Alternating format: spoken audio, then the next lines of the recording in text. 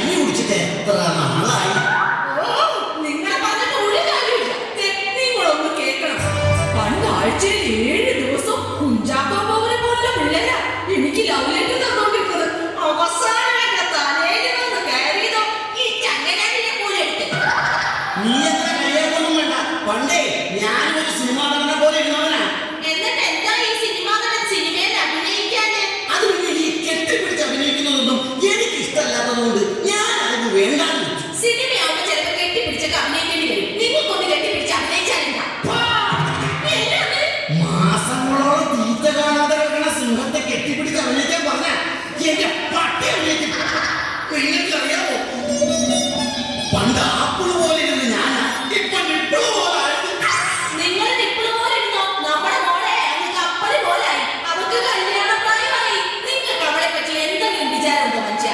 ആദ്യം അവളെ കെട്ടിക്കാൻ ഒരു സർക്കാർ ഉദ്യോഗസ്ഥരെ കണ്ടുപിടിക്കാൻ നോക്കും. എന്റെ കർത്താവേ, ഇപ്പോഴത്തെ ആളുകളുടെ ഒരു കാര്യം, സർക്കാർ സ്കൂളിൽ പഠിക്കില്ല, സർക്കാർ ബസ്സിൽ കയറില്ല, സർക്കാർ ആശുപത്രി പോകില്ല, എന്നാൽ സ്വന്തം മകളെ കെട്ടിക്കുമ്പോഴോ ചെറുക്കിന് സർക്കാർ ഉദ്യോഗം.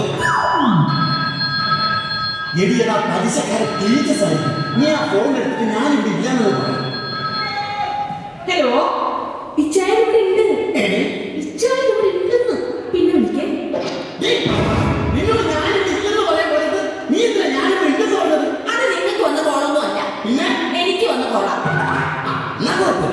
മനുഷ്യ, നിങ്ങളൊരു പഞ്ചായത്ത് മെമ്പറാണോ? എന്നിട്ട് ദിവസങ്ങളോളായിട്ട് നമ്മുടെ വീടിന്റെ വാതിൽ ഒരു പൈപ്പ് പൊട്ടിക്കിടന്നിട്ട് നിങ്ങൾക്ക് അത് നന്നാക്കാൻ പറ്റിയോ? എടി, നീ ഒരു കാര്യം മനസ്സിലാക്കണം. എന്ത്? ഞാനൊരു മെമ്പറാണ്, അല്ലാതെ പ്ലംബറല്ല. ആ കാര്യം പോട്ടെ. സ്വന്തം വീട്ടിലെ കോഴിക്കല്ല് കേടായിട്ട് എത്ര നാളായി? അതിനാണ് ഞെട്ടിൽ ഒച്ച വരുന്നത്. അതൊന്ന് നന്നാക്കാനാ ഷിബുവിനോടൊന്ന് വരാൻ പറയാൻ പറഞ്ഞത്. നിങ്ങൾ പറഞ്ഞോ? ഞാൻ പറഞ്ഞു, അവനിവിടെ വരികയും ചെയ്തു. എന്നിട്ട് ഞാൻ കണ്ടില്ലല്ലോ. ഞാൻ കണ്ടിട്ടില്ല. എടി, അവനിവിടെ വന്ന് 1/2 മണിക്കൂർ കോളിമ്പല്ലടിച്ചു. എന്നിട്ട് നിന്നെ ഒന്നും കാണാത്ത കാരണം ഇവിടെ ആളില്ലെന്ന് പറഞ്ഞു അവൻ മറ്റേ പാട്ടിന് പോയി. കോളിംഗിന്റെ കാര്യം പോട്ടെ. ഞാൻ കിടക്കുന്ന മുറിക്ക് ഒരു കൂട്ടുണ്ടോ മനുഷ്യ? ഇല്ല. നിങ്ങൾ ഇവിടുന്ന് വല്ലയിടത്തേക്ക് ഇറങ്ങി പോകുമ്പോഴേ ഞാനിവിടെ ഒറ്റയ്ക്ക് പേടിച്ചായിരിക്കുന്നത്. തക്കാളിപ്പട്ടിക്ക് എന്തിനാണ് ഈ ഗോദറേജിന്റെ കൂട്ട്? പിന്നെ നീ എന്താ പറഞ്ഞേ? ഞാൻ വല്ലോടത്തേക്ക് ഇറങ്ങി പോകുന്നു. ഞാൻ അങ്ങനെ വല്ലോടത്തേക്ക് ഇറങ്ങി പോകുന്നല്ല. ഒരു പഞ്ചായത്ത് മെമ്പറായ ഞാൻ ഈ പഞ്ചായത്തിലെ ഓരോ വീടും കയറി ഇറങ്ങി പ്രശ്നങ്ങൾ പരിഹരിച്ചുകൊണ്ടിരിക്കുകയാണ്. നിങ്ങളെ ആദ്യം വീടുകളിലെ കയറി ഇറങ്ങലെന്ന് നിർത്തും. അതോടെ ഈ പഞ്ചായത്തിലെ പകുതി പ്രശ്നവും നിങ്ങൾ ഈ മെമ്പറായിട്ട് ഈ നാട്ടിൽ ആർക്കെങ്കിലും എന്തെങ്കിലും പ്രയോജനം ഉണ്ടായോന്നോ? ഞാൻ മെമ്പറായതിനു ശേഷം ഈ പഞ്ചായത്തിലെ വിധവകളായ രമണി, മല്ലിക, മോള്, ഇന്ദിര എന്നീ വിധവകൾക്ക് മാസാമാസം ഓരോ ചാക്ക അരി വീതം ഞാൻ കൊണ്ട് കൊടുത്തത്. കൊള്ളാലോ. അതെ, ഈ നാട്ടിൽ അവർ മാത്രമല്ല വിധവകൾ, വേറെ വിധവകളുണ്ട്. എന്നിട്ട് നിങ്ങൾ അവരെ എന്താ മൈൻഡ് ചെയ്യാത്ത? എന്റെ കല്യാണത്തിന് ശേഷം പട്ടിണിയായി ഇവർ 4 പേരും. എനിക്ക് അവരുടെ കാര്യം നോക്കാൻ പറ്റും. കണ്ട പെണ്ണുങ്ങൾക്ക് വേണ്ടി പലതും അനുവദിച്ചു കൊടുക്കും. പക്ഷെ പഞ്ചായത്ത് വിധി വഴി എനിക്ക് വേണ്ടി എന്തെങ്കിലും നിങ്ങൾ അനുവദിച്ചു തന്നിട്ടുണ്ടോ? അപ്പോഴേക്ക് പെണ്ണിന് എടി, ഈ തവണ പഞ്ചായത്ത് പാവപ്പെട്ടവർക്ക് വേണ്ടി ഒരു പുകയില്ലാത്ത അടുപ്പും കക്കൂസും കൊടുക്കുന്നുണ്ട്. നീ നോക്കിക്കോ. അതിനൊരു പുകയില്ലാത്ത അടുപ്പും ഒരു കക്കൂസും ഞാൻ നിനക്ക് അനുവദിച്ചു. അടുപ്പ് പോകുന്നില്ലെങ്കിൽ പിന്നെ എന്തിനാ മനുഷ്യ നിങ്ങളുടെ കക്കൂസ്?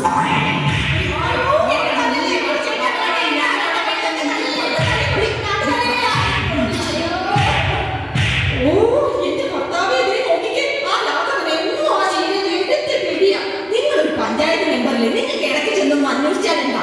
ഞാൻ ഇന്നാളൊന്നും ചെന്ന് അന്വേഷിച്ചതിന്റെ ഇടിയാ ഇപ്പൊ അവിടെ നടക്കുന്നത്. നിങ്ങൾ കാരണം ഈ പഞ്ചായത്തിലെ അയൽക്കൂട്ട പെണ്ണുങ്ങളുടെ മുമ്പിൽ എനിക്ക് ഇറങ്ങി ചെല്ലാൻ പറ്റുന്നില്ല. എന്നാണ് കുഴപ്പം? ഞങ്ങൾ അയൽക്കൂട്ട പെണ്ണുങ്ങളുടെ തൊഴിലുറപ്പ് പദ്ധതിക്ക് വേണ്ടി നിങ്ങളുടെ പഞ്ചായത്തിൽ നിന്ന് എന്തെങ്കിലും ആനുകൂല്യം അനുവദിച്ചു തന്നിട്ടുണ്ടോ? വീട്ടിലിരുന്ന് കഞ്ഞിയും കൂട്ടാനും കേട്ടോ പെണ്ണുങ്ങൾ തൊഴിലുറപ്പെന്ന് പറഞ്ഞ് ഇറങ്ങി നടക്കുന്നത് എന്നാണ്.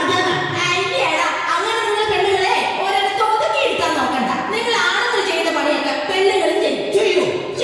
നിങ്ങൾക്ക് അറിയാമോ, ഹരിയാനയിലെ തെങ്ങേ കയറുന്ന പെണ്ണുങ്ങൾ വരെയുണ്ട്. അത് ഹരിയാനയിൽ. ഇവിടെ തെങ്ങേല് മാത്രമല്ല, നിന്നെ പോലെ ആണുങ്ങളെ തലയിൽ കയറുന്ന പെണ്ണുങ്ങൾ വരെയുണ്ട്. അങ്ങനെ കളിയാക്കല്ലേ. ഞങ്ങൾ പെണ്ണുങ്ങൾ എന്ന് പറഞ്ഞാലേ ഒരു തേങ്ങ പോലെയാ. തേങ്ങ കൊണ്ട് എന്തൊക്കെ ഉപയോഗമുണ്ടെന്ന് അറിയാമോ? തേങ്ങാ ചമ്മന്തി ഉണ്ടാക്കാം, തേങ്ങാ വെള്ളം കുടിക്കാം, തേങ്ങയുടെ ചകിരി കൊണ്ട് കയറ് വരെ ഉണ്ടാക്കാം. അതൊക്കെ ശരിയാ. പക്ഷെ ഈ തേങ്ങ തലയിൽ വീണ ആള് തട്ടി പോകുന്നു മാത്രം. നീ എന്താ വിളിച്ചേ? അയ്യോ, എന്താ ചെയ്യാ? നീ എന്നെ അങ്ങനെ വിളിക്കുമ്പോ ചെയ്യാത്ത ഏതോ ഒരു കുറ്റം മറ്റവന്റെ തലയിൽ കെട്ടിവെക്കുന്നത് പോലൊരു തോന്നൽ. അറിയാമോ, എന്ന് ഞാൻ കർത്താവിനോട് മുട്ടിപ്പായി പ്രാർത്ഥിക്കുന്നത് എന്താണെന്ന്? എന്താ? എന്റെ 7 ജന്മത്തിനും ഇച്ഛായൻ തന്നെയായിരിക്കണേ എന്റെ ഭർത്താവെന്ന്. ഇതെന്റെ 7ാമത്തെ ജന്മമായിരിക്കണേ. അല്ലെങ്കിൽ എനിക്കറിയാം നിങ്ങൾക്ക് എന്നോട് ഒരു സ്നേഹമില്ല. ഓ, നിനക്ക് ഭയങ്കര സ്നേഹം. എന്താണ് ചേട്ടൻ സ്നേഹത്തിനും കുഴപ്പം? കുഴപ്പം എടി, നിന്റെ കൂട്ടുകാരിയെ ത്രേസ്യാമ്മയുടെ കെട്ടിയോ വണ്ടി കയറി മരിച്ചിട്ട് നീ ഒന്ന് അവിടെ വരെ പോയി അന്വേഷിച്ചോ? അതെ, അത് ഞാൻ മനഃപൂർവ്വം അന്വേഷിക്കാതിരുന്നതാ. മനഃപൂർവ്വം?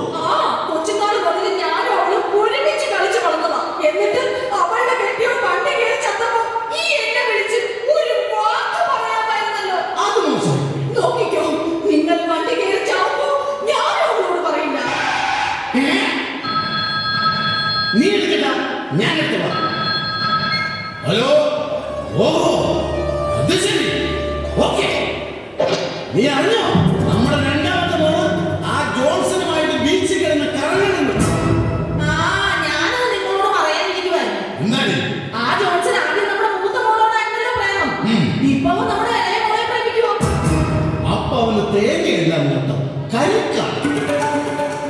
നീ സൂക്ഷിക്കണം. എന്തിന്? തക്കം കിട്ടിയാൽ അവൻ കൊപ്രയും തിന്നും. മനുഷ്യന് ജീവിതം എന്ന് പറഞ്ഞാലേ ഒരു വണ്ടിയുടെ 2 ചക്രങ്ങൾ, അതിലൊന്ന് പഞ്ചറായ മതി, പിന്നെ വണ്ടി ഓടൂല. അതിനല്ലേ ഈ സ്റ്റെപ്പിംഗ്. എടി, നീ എന്നെ ജീവിതമൊന്നും പഠിപ്പിക്കണ്ട.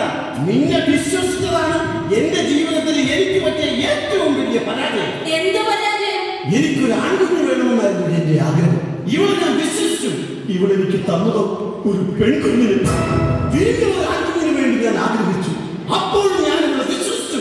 അവൾ എനിക്ക് തന്നതോ മറ്റൊരു പെൺകുഞ്ഞിന്. എന്നെ ചതിക്കുകയായിരുന്നു. ചതിവുകൾ ഏറ്റുവാങ്ങാൻ പൈലയുടെ ജീവിതം പെണ്ണായി ബാക്കി. നിങ്ങൾ എന്താ പറഞ്ഞേ? എന്നെ വിശ്വസിച്ച നിങ്ങളെ ഞാൻ ചതിച്ചെന്നോ? നിങ്ങളൊന്ന് കേൾക്കണം. ഇയാളെ വിശ്വസിച്ചോണ്ട് ഞാൻ